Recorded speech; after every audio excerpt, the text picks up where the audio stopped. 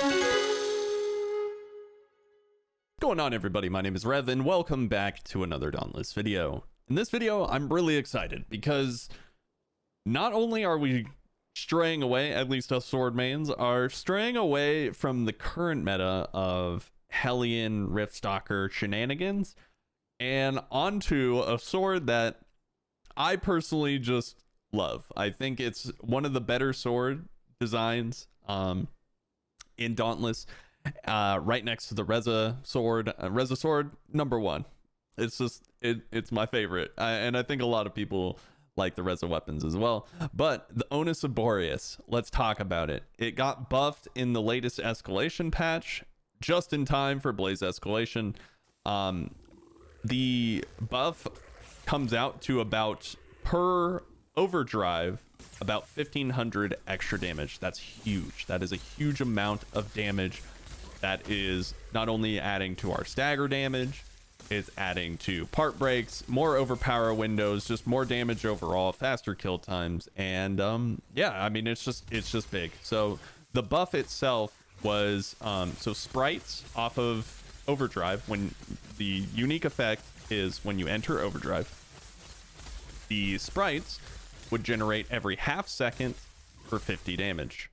They've been bumped up 10 damage, so 60 damage per sprite, and they spawn at 0.35 seconds. Yeah, and so the result is roughly 1500 damage extra per overdrive. Massive amount of damage. That is a big buff, and it's no surprise that I'm this is not confirmed. I haven't done a lot of testing because Blaze Escalation has been the hot topic right now, and so using a Blaze Sword in Blaze Escalation is not very wise, and this just kind of solidifies, like, at the very least, Onus of Boreus should be your #1 pick 100% of the time if you're a sword player. And the reason for that is the Blaze Escalation has 0 frost behemoths. That means you're always playing at least at an even playing field, but on the caveat, or like the flip side to that, is that there are way more fire behemoths now that they added fire variants into the escalation. And so per escalation, you're probably going to be fighting at least 3 fire behemoths, which is huge, that's great. You can kind of anticipate that. And so if you're a sword player and you're playing the Blaze Escalation, please try out the Onus of Boreus, because it's a lot of fun.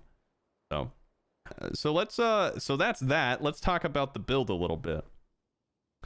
And as you already know, the Onus of Boreus is the topic of the video. The cells within are Overpower, Iceborne, Avenging Overdrive, and Whistling Blade. These have been meta for a little bit of time, but they're getting much more solidified when you're playing with this playstyle, which is with the Skullforge. Just to go over the +3 conditioning is also it's helpful. It's not as helpful because we are like full on damage spec with this current build. And the reason why that's not very effective is because of the Skullforge. The more damage we deal, we're generating more of a stamina shield. And so when we're spamming repeating elements, we're not going to be diminishing our stamina super quick, so long as we're not getting hit, or we're hitting a behemoth and not just like spamming our dodge or something. Within we have Iceborne, and this is kind of like an added bonus to this build. Is it's easy Iceborne. Like, you get +6 Iceborne just from your sword choice and your helmet choice. These are the two like things that make this build go, is the sword and the helmet. That's and you're good to go. The rest is gravy, right? So we have +6 rage in our Dark Marrow. This finishes off the Overpower, but also adds the +3 rage. And within the boots, we also have +3 rage, so that makes it +6. Backtracking to the Gnasher grips really quickly. This is where we get our +6 Rage Hunter. There are modifiers within the Blaze Escalation that actually prevent behemoths from de-enraging, and so they stay enraged for a very long time. Gnasher is within there. There's a fire variant of Nasher, and so it goes enraged, it stays enraged, it stays enraged longer, etc., etc. You guys get the idea. Rage Hunter has a lot of value in this Blaze Escalation. Backtracking to the boots, that's where we get our discipline +3.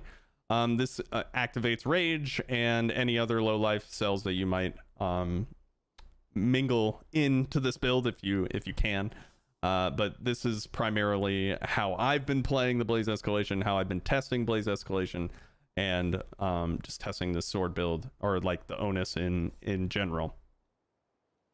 Lantern is player's choice. I've been on the Drast Lantern hype train, but make sure you put Energize +3. This gets us into overdrive faster, and 3 Energize is also that kind of sweet spot. You don't want to, and +6 isn't bad, but at the same time, +3 is more than enough, and we have Whistling Blade, a lot of attack speed. There are a lot of attack speed amps within the Blaze Escalation, and that's going to get us into Avenging Overdrive a lot faster. So Energize +3 is kind of that sweet spot. I would not recommend going Conduit, because you're going to be overriding your teammates +6 Conduit if they're running it. If they're not sword players, they're probably running +6 Conduit, so, or at least they hopefully they are.